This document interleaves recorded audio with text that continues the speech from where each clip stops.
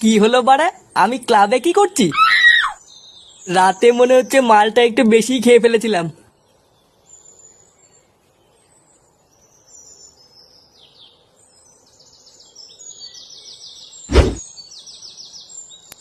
হ্যাঁ গো, তুমি চলে এসছো?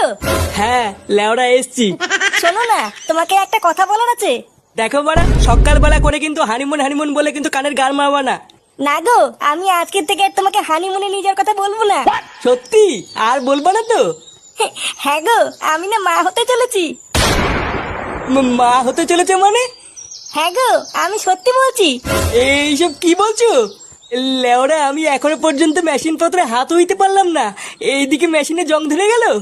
আমি না কালকে ভস্রী বাবার কাছে গেছিলাম। উনি আমাকে ওষুধ দিয়ে বলেছেন এবার আমি মা হতে পারবো। ভস্রী বাবা? সেটা আবার কি? ওই তো আমাদের গ্রামের ওই বটতলায় বসে। ও, তা তুমি আমাকে আগে বলবে তো। আমি তো লেওড়া ভাবলাম কি না কি। যাই হোক, কই দেখি ভস্রী বাবা তোমাকে কি ওষুধ দিয়েছে। কই হাসছো কেন? দাও ওষুধগুলো। ধুর লেওড়া, বাড়া আমি ওষুধ চাইছি তুমি দাঁত কেলাচ্ছ? দেখাতে হবে না তোমাকে ওষুধ, আমি নিজে গিয়ে ভস্রী বাবার কাছ থেকে দেখে আসছি। পল্টুদা, কোথায় যাচ্ছ? আরে বলিস না বাড়া, বউ নাকি কালকে ভস্রী বাবার কাছে গেছিল মা হওয়ার জন্য। ভস্রী বাবার নাকি আবার ওষুধও দিয়েছে।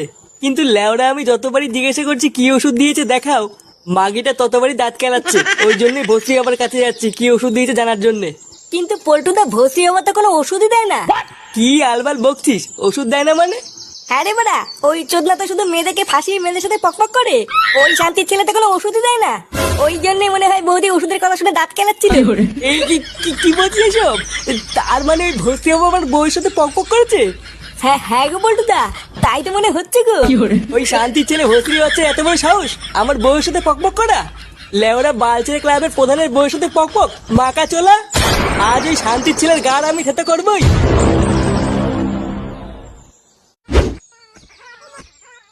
খেলা হবে, খেলা হবে।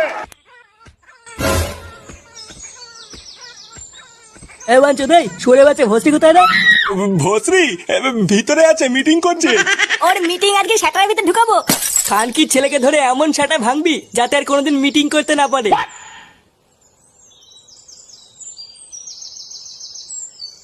এ কেড়ে এমা, এটা কারা? ওই তো খানকি জালে পোঙা মারছে। মাকা চোলা ভস্রীর বাচ্চা। এ,